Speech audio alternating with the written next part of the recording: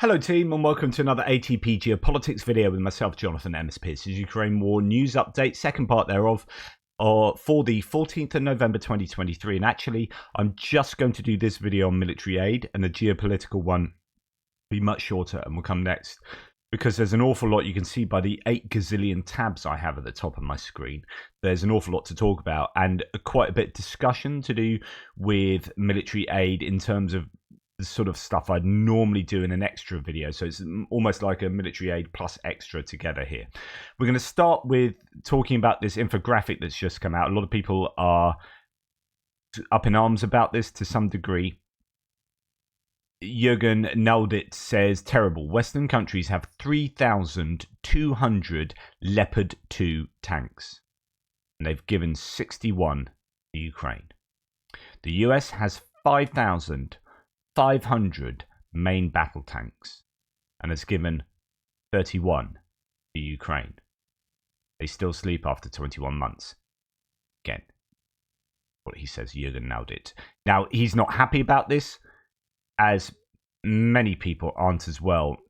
Now, you get this funny thing, and let's take America as an example, but you can use this really, you can use any country as an example. But in the US, you have certain people, real pro-Ukrainians like myself, saying, you need to give way more. You've got so much stuff, you need to give way more. And you have people on the other side of the coin, maybe, you know, your Marjorie Taylor Greens or Matt Gaetz's or whoever, saying, you need to give zero to Ukraine, nothing to Ukraine. And so, you know, no, you can't please everyone all the time, right? And caught between a rock and a hard place maybe. But from my point of view, every country needs to give an awful lot more. There's this incremental assistance to Ukraine that is damaging their prospects going forward. There should have been a really massive ramping up of production as early as possible in this war. And I know hindsight is always 2020. Again, I was listening to Gustav Gressel talk about this. This is a really big moment in the, you know, when you look back and think, well, what could have been done to support Ukraine more effectively? One of the things would have been ramping up production straight away and seeing where this is going to go. But of course, no one thought it was going to go to where it is now. There's, you know, worries about escalation, all that kind of stuff that got in the way of really decent aid provision to Ukraine that would have had a much greater effect on the outcome of this war that is still dragging on and going through these deeply attritional phases. We look at this infographic that Jay in Kyiv says the West has largely abandoned Ukraine in terms of weapons shipments at the most critical moments. So actually, when you look at shipments and then you look at, you know, what's going on in Congress at the moment with Mike Johnson stalling Ukraine aid, it's desperate. It has a really debilitating effect on the Ukrainians. So the West has largely abandoned Ukraine in terms of weapons shipments at the most critical moment, while Russia is ramping up arms industries of all of the West's enemies. Who will ever trust being a US ally now, says Jay in Kyiv. Okay. So and of course, take maybe these claims with a pinch of salt, I don't know, but we have the total main battle tanks that have been given to Ukraine here. I mean, it sounds pretty impressive when you go, what, 61 Leopard 2As, you got 10 Leopard 1As, but hopefully another 200 to come, but not there yet. 31 Abrams, 10 of the Swedish variant of the Leopard 2, 150 T-72 or PT-1s, the Twadi, the upgraded ones from Poland, 14 Challenger 2. There are rumors that there are more Challenger 2s, but not officially.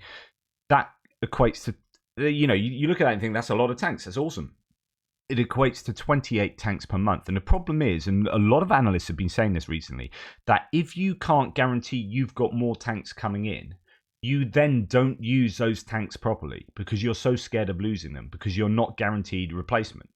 If you've got an arms industry that can generate those tanks on a consistent basis indigenously for you, or even outsourcing it to outside, if you've got that guaranteed coming in, then you say, right, we're going to use these tanks, we're going to attack here, we're going to do that. But if you're like, right, these are the tanks we got, and we're not guaranteed getting any more tanks, you'd be like, yeah, not sure about using them to attack, because if we lose them, that's them gone.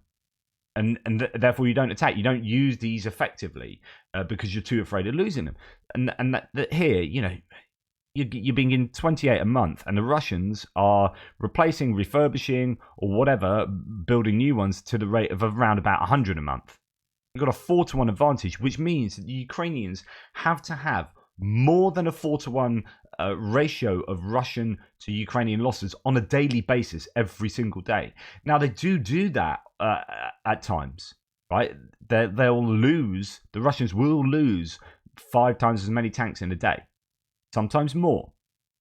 But you have to have that going on every single day for you to be able to attrit the Russian forces at the levels you need. Now, if it's only a ratio of 6-to-1, I say only. I mean, that sounds a huge ratio, but that's actually, if at the moment they're looking at 4-to-1 replacement, then 6-to-1 is only another 2 per day or something attritting. Even that's not enough. You'd need to be attritting them at maybe 10-to-1 to have a really meaningful difference there, and that's just a real challenge for the Ukrainians here. Ukrainians have got on average, if you average what they've been given by allies, they're getting 35 a month. The Russians are producing or refurbishing around 100 a month. Self-propelled howitzers, 7 a month compared to 50 a month that the Russians are getting. Then towed howitzers, 13 a month compared to 200 a month that the Russians are getting. And this is why I keep posting these massive figures on a daily basis. And people are like, that's a huge number of figures. Surely that's ridiculous. Surely they can't replace them. Well, actually, to some degree, they can, at least at the moment. We'll talk about this going forward. Multiple launch rocket systems. Ukrainians are getting on average 0 per month. I mean, they have been given, I don't know how that's equated. Maybe they're not looking at things like HIMARS, but looking at, I don't know, grads and similar. I mean, they have been given some, so I'm not sure why that's 0. Anyway, 23 plus a month the Russians are getting. And then when you look at cruise missiles, shell ammunition, shells, so on and so forth, again, the Russians still have that advantage. So this is a real problem. Well, let's have a little talk about this. And this is, as I say, a little bit of analysis for today's news piece. This is Vladimir Dichenko. Thank you so much. I think JJ sent this to me. Really appreciate that. No, someone else linked me in. Sorry, can't remember. Anyway, struggle for resources. When Ukrainians say that we need more weapons, the West often thinks that it is a sign of ingratitude. In fact, Ukrainians are grateful, but there is another side. How many weapons your enemy supplies to the front? This thread will explore this topic.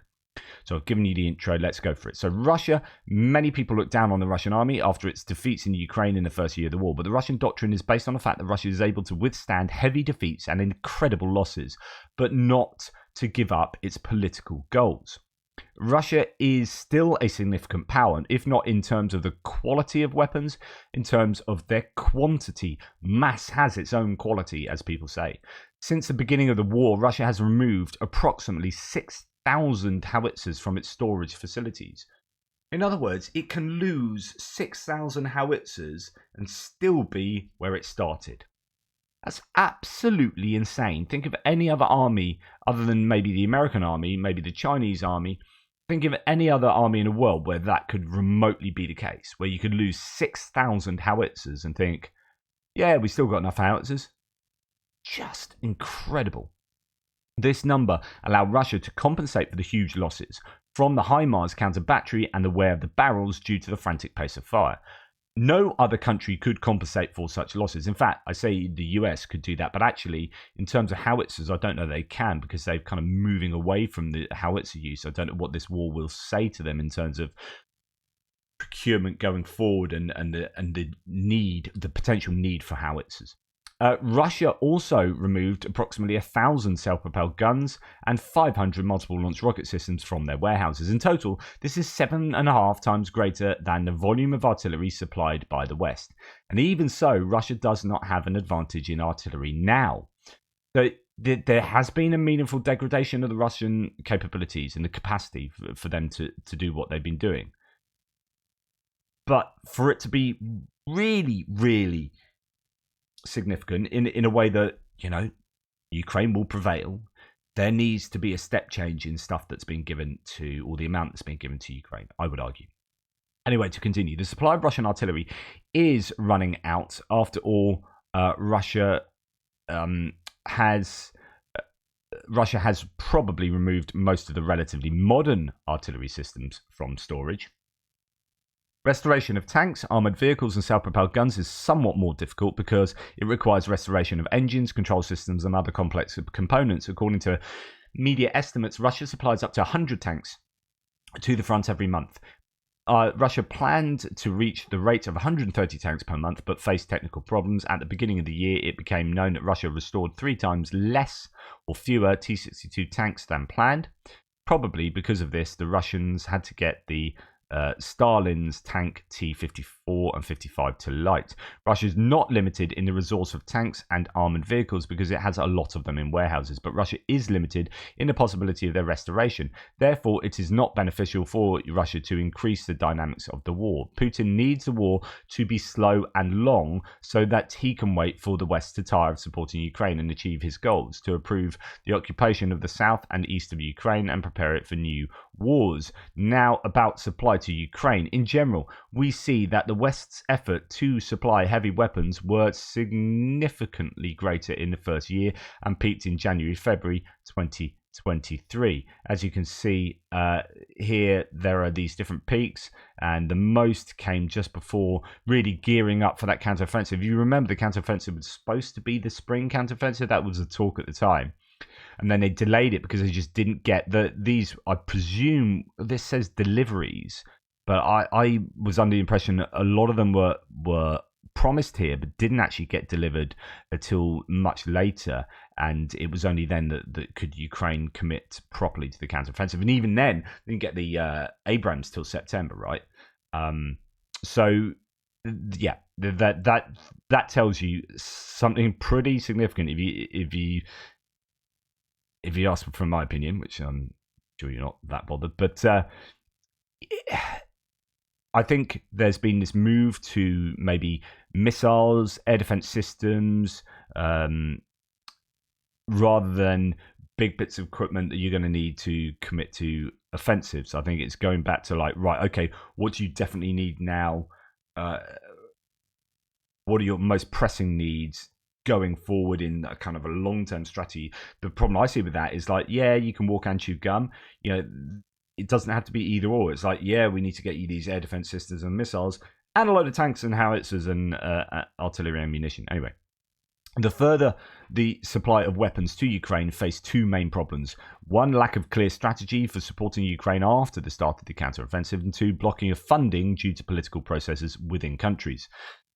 Here's looking at you, the US, I guess. The planning of support for the Ukrainian army was based on the expectations of the West that the counteroffensive would become a certain starting point, after which the situation would change fundamentally and the war would either finally come to a stalemate or Russia would lose its perspective. But after the start of the counteroffensive, a large number of unpredictable factors intervened in the situation. 1, the defense lines of the Russian army turned out to be much stronger than expected. This made the counteroffensive long and slow. 2, North Korea began direct supplies of ammunition to the Russian Federation on a large scale, thereby postponing the collapse of Russian artillery. 3, the armed forces continue to inflict huge losses on Russia in active defense in the east. After all, both sides still have the resources to continue the war, and its fate is uncertain as it was a year ago. Globally, the counteroffensive, at least not yet, has not brought fundamental change, and the West was clearly not ready for it. When Zelensky talks about the stalemate situation, he is not talking about hopelessness. He is talking about the fact that changes are necessary. A few important aspects. 1, Ukraine loses less equipment and Western equipment is more efficient. In general, the loss ratio is about 1 to 3. But that's not enough compared to that infographic that we saw, remember. In general, the loss ratio is about 1 to 3. Therefore, it is not necessary to estimate the numbers in a straight line. 2, the lack of one type of weapon can be compensated by other possibilities. For example, deep strikes. You can exhaust logistics without which military equipment is not effective. 3, air supremacy remains Russia's main advantage, or I'd say air advantage, which limits ground operations. Ukraine's advantage is long-range artillery. On the other hand, compensates for the smaller number of weapons and limits the actions of the Russian army. 4. Defense systems are becoming more and more effective. Minefields, FPV, ATM, ATGM, etc., or ATM, anti-tank mines, etc., have become a significant factor that complicates the offensive but does not make it impossible if the conditions are there. Obviously, Ukraine needs additional capabilities in addition to heavy weapons, as General Zaluzhny says. This is the ability to exhaust Russian logistics, counter Russian bombers and helicopters, counter enemy drones, etc. Power parity is not hopeless, but it requires more effort. Ukrainians understand that in the future, Western partners will have to make greater sacrifices, but without this sacrifice, we will not defeat this threat to democracy that is gradually spreading around the world. So when we say we need more guns, it doesn't mean we're ungrateful. Thank you for everything you have done and will do again. Such an important thread. I felt I should go through it. Now, in relation to that, actually, I'll bring this in next. So Lloyd Austin says South Korea's allies are concerned that Russia, China, and North Korea and China aid North Korea's military. The countries comprising the UN Command, UNC, overseeing the armistice in the Korean Peninsula have expressed concern that Russia and China are helping North Korea improve its military capabilities through sanctions evasion. US Defense Secretary Lloyd Austin said yesterday at a meeting in South Korea, as reported by Reuters. Austin said that he feared North Korea is providing Russia with military hardware such as artillery shells in exchange for military technology to improve North Korea's long-range capabilities. This is a real worry. Now, as I've said before, the good thing might be, and I hope this is the case, that South Korea go, oh, right, yep, this is an issue.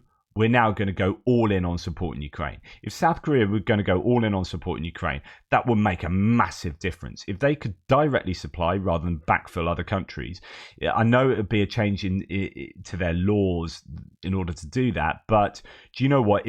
If North Korea have no regard for the situation and no regard for international norms and are evading sanctions and etc., then South Korea, I think, should be ready to make those changes. And talking about the US support, it's not saying that US hasn't done an amazing job. They've done an insanely good job, but unfortunately, Ukraine's needs are just massive, and it is so important for the whole world, for geopolitical stability globally, that we do support Ukraine as much as is needed and as effectively as possible. Okay, Ukraine battle map is replying to the Kyiv Independent, reporting that Jake Sullivan saying, the White House saying, the window is closing on US funding for Ukraine. Each week that passes, our ability to fully fund what we feel is necessary gets harder and harder, says US National Security Advisor Jake Sullivan. Then start putting serious pressure on Congress to pass Ukraine aid and send more weapons like ATACMS missiles. But nothing's been done for weeks now. Both Congress and the White House are asleep at the wheel. I don't think they're asleep at the wheel. There's lots of people that are super pissed off. All I could say is, goodness me, anyone that's following this, maybe just harass Mike Johnson, not in a horrible way, but in a really robust way on places like Twitter. Write to him, email him and his team, and say, look, I care deeply about this. Please, please, please pull your finger out and stop this. You're damaging the US future, geopolitically, economically, speaking, in terms of global hegemony. You can pick and choose how the US might be damaged by Russia prevailing and China on its coattails. But you're also damaging the global desire and fight for democracy. Democracy's on the line here. We should not be prepared to allow autocracy, a dictatorship, to prevail and squash democratic values on the edge of Europe. Just real challenge. Germany seems to really be picking up the pace here. Now, when you see these lists, I never know what extra has been added. So this list has been reported in various iterations today by a number of different sources. I'm not sure if anything new has been pledged, what has actually been delivered of this list. I've probably reported every single part of this list previously. But apparently it's been updated. I'm not quite sure what we haven't talked about previously. I mean, possibly a new pledging of 5 Bronco ATTC ambulances. I think the update really is in this has been delivered, as it says here. So 10 Leopard 105s are finally there. I don't know if they're the ones that were delivered and then had issues and had to be sent back. All these trucks, trailers, the Bandvan 206, 14 of those are those two. They're amphibious, but also go in the snow. It's an articulated 2-stage tracked vehicle. All this stuff. Germany is really coming up with the goods. There's a Bandvan. That thing would be useful for getting across the Dnipro, to be honest. And then recovery vehicles, just really good stuff. But still more is needed, obviously. Germany also handing over 2 more Iris-T systems to Ukraine by the end of this year. That's been announced by the German ambassador to Ukraine, Martin Jaeger. We are talking about full-fledged complexes with radars, command posts, and the necessary equipment. Fabulous. I mean, Germany, I keep saying, well done. And they keep going. Germany will transfer a bunch of humanitarian aid to Ukraine. Among the aid is construction equipment and materials, including conveyors, mini excavators, ladders, wheelbarrows, concrete mixers, and tools. Just all the stuff that Ukraine needs to continue its stuff. And then US, this was widely reported yesterday, just after I did my video. The US has bought 60 cheetahs. Now, cheetahs, Gepard means cheetah. That's what Gepard means. But when it's called cheetah in English, it's actually referring to the Dutch variant of the Gepard, which is a slightly updated variant. And these have been bought from the Jordanians. There's been a lot of talk about this potentially happening for some time. Don't know how far along this is, whether they're already in Ukraine by and large. But anyway, the US has bought 60, and this is capitalism, supply and demand. The US bought 60 Gepards self-propelled anti-aircraft guns from Jordan for 110 million euros to be sent to Ukraine. The systems were previously sold to Jordan by the Netherlands back in 2013 for only 21 million. Like, yeah, we're getting rid of this old crap. Like 10 years later, it's like, we really need that old crap. Yeah, it turns out that you really need it, doesn't it? Turns out that you really, really need it. Yeah, 110 million now. Is that right? Yeah, Jordan's thinking that's good business. Anyway, although this is the 6th of November, so this is now a week old, I dismissed. This passed me by. I think this was maybe JJ that provided this to me, actually. A French arms manufacturer signs $38 million deal to supply Ukrainian military. Really good. So France's oldest arms manufacturer, Verny Caron, has signed a 36 million euro contract to provide Ukraine with weapons. Its parent company, Cyber Gun Group, announced on November the 6th. So it's going to supply 10,000 assault rifles, 2,000 sniper rifles, 400 grenade launchers, subject to the necessary financing being put in place. This could well be sort of French financing, again, being given to... This is what I talked... In fact, it comes out... later in one of my things here. I think it's Germany. I'm yet to go. I think there's one where Germany are making a whole bunch of stuff that is being financed by Germany. So again, it's this idea that there's no such thing as a free lunch. These aren't things being given to free to Ukraine. It's like, we're going to give you some money, but you have to spend it on French stuff. We're going to give you money, you had to spend it on US stuff, etc., etc. And it is a positive sum game, a win-win situation. The business joins a growing list of French companies that supply arms to Ukraine. So French drone manufacturer Delair sent Ukraine over 150 drones, and that's a Toulouse. I was an assistant d'anglais in Toulouse for a year. Good times. Anyway, that's by the by. Well done, French, or at least it's well done, French. It's a corporation saying, yeah, we'll make money if you pay us. So, training center for Ukrainian F-16 pilots opens in Romania. So we've heard that Ukrainian pilots are flying in F-16s. That's probably then going to be in Arizona or somewhere else. It's obviously not the Romanian one, which is just opening the training center for Ukrainian pilots and NATO pilots. It's not just. It's again another example of positive sum gain. It's like we're going to open this training center, but it's a sustainable training center for pilots going forward, and actually it's well positioned in terms of where it is geographically. But but yeah, so we'll train Ukrainian pilots and NATO pilots, as far as I understand it. Anyway, that opened yesterday. Su-4, self-propelled, four-wheeled unmanned ground vehicle. So this is a Russian unmanned mine layer, Su-4. Goodness me, they're keeping with their old designations there. According to video, they're already using them since the Bakhmut battle. So this is a one that we've seen Ukrainians, well, the Ukrainians have used a really similar one to this. This is the Russians doing the same sort of thing. So don't think that they are unable to produce this kind of kit. Anyway, Ukraine has developed a similar versatile robotic platform for frontline missions, and it's tested the Circa S1 unmanned ground vehicle designed for frontline supply runs and evacuations with a 200-kilogram capacity and capabilities for reconnaissance and combat missions. So we have seen, I don't know if it's this one, but we've seen previously a fairly large drone. Well, at least it's got that kind of capacity where it's dragged an injured Ukrainian soldier across the terrain. I mean, it didn't look particularly comfortable, but rather that than being left in the battlefield right to die. So there are these new capabilities of unmanned ground drones that are just coming to the fore at the moment. Right. The UK has supplied Ukraine with 82,000 helmets, 25,000 sets of winter clothing, 10,000 sets of body armor, and 70,000 operational ration packs.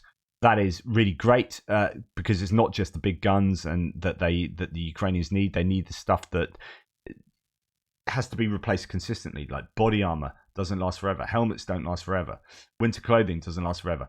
Ration packs certainly don't last forever. So that this is the kind of thing that they need to be provided with on a continued basis. And so it's good news from the British there. So Mick Ryan is talking about how the Australian Defence Minister is speaking to the Ukrainian Defence Minister to discuss Ukraine's critical needs for winter. Mick Ryan, who's a retired Australian general, says, "Would love to see this followed up with another Australian assistance package for some Aussies. Some of you guys in my threads are complaining that Australia actually hasn't really done enough. Some suggestions: more ammo, Hawk A and M113 for tactical casualty evacuation, mine clearing and counter drone systems, financial aid to repair electrical systems destroyed by Russia, ambassador to Kiev. We should be thinking immediate assistance for winter, but also assistance for 2024 to help prepare the Ukrainians for their future offensives and defend against the inevitable Russian offensive next year."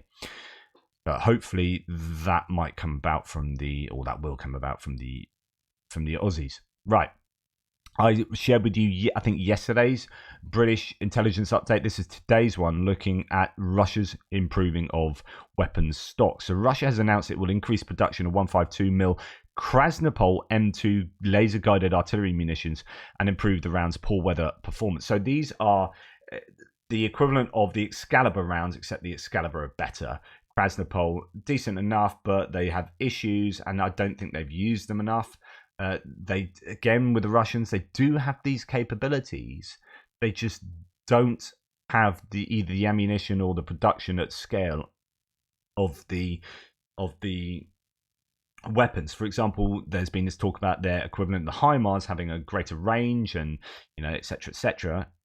Yeah, brilliant. You've got a HIMARS that's better than a HIMARS equivalent that's better than HIMARS. Fantastic. Well, where are you using it? Where's the evidence of it? Yeah, we've got it. No, yeah, but where are you using it? Okay, so there's really very little evidence of it being used throughout the course of the war. Well, why is that? Because you're struggling to get it made. You're struggling to get the ammunition for it. So the worry is that when the Russians are able to up their production of these things so that they can have these effective weapons. Now, Russian artillery has already achieved success with Krasnopol, often using it to accurately target individual Ukrainian vehicles. I would debate often. I think it does get used, but I don't know that it's as widespread as, say, Excalibur usage. Russia's defense industry has been failing to make enough conventional munitions. The planned increase in Krasnopol manufacturing is likely an attempt to use productive capacity more efficiently. Russia utilizes uncrewed aerial vehicles to designate targets for Krasnopol by shining a laser beam on the target. However, low cloud has been a key limiting factor to the round's performance because its laser detector does not have time to spot the laser energy and maneuver for striking. Russian industry will likely attempt to improve Krasnopol's flight performance and reduce the round's laser detection time. As winter weather closes in, it's likely that Russia's access to improved precision munitions will be one of the key factors in its operational performance in Ukraine. And next, Politico has reported, and this is going to be very well received by people like me. I think this has been a long time in coming. There have been so many complaints that the NATO the NATO training of troops has not been fit for purpose. They've been training many Ukrainians for a war that the Ukrainians aren't fighting. They're not really given the right information on how to get around mined fields, for example. Oh, you just need to skirt around the edge. Yeah, it's a 600-kilometer front line that's just stacked with mines. There is no get around the edge. Okay, we need to be trained in a more astute manner that is reactive to what is being experienced on the Ukrainian front lines. There's been this criticism has been ongoing for an awful long time. Now, for some Ukrainian soldiers that are completely green, fresh off the streets or whatever, going and do this training is really useful. But for the more experienced, it's not been so useful. So again, it's like tailoring it for the needs of the individuals, for the forces. But they have taken this on board, apparently, according to Politico. So Western training for Ukrainian soldiers adjusts after criticism, although, this is a year later. Western training for Ukrainian troops began to adjust after criticism. It did not reflect the real situation on Ukraine's battlefield, according to Politico a couple of days yesterday. Sorry. So that is good news. This is one of those places where Ukraine can eke out some kind of competitive advantage over the Russians by getting much better training than the Russians are able to give their soldiers. Right, Status 6 says here, well, glad to contribute to Bellingcat's investigation. What did Bellingcat do, the open source investigative entity? It investigated recent Russian military cargo plane movements around Kaliningrad. So Kaliningrad is an exclave by the Baltics where it's a Russian territory, but it is not connected contiguously to Russia. So you have to then kind of fly to Russia, especially since the nations around there are closing their borders to Russian vehicles and so on and so forth. So, conclusion, some of the S-400 batteries appear to have been moved away from their original locations in Russia's western exclave, destination not yet known. Russia is a paranoid sort of place, but right at the beginning of the war, I would be like, well, the Western nations aren't going to invade Kaliningrad. No matter what we do in Ukraine, they are not going to get involved in an on-the-ground NATO boots on the ground war with Russia. That's not going to happen. They are petrified of that. They don't want it to happen.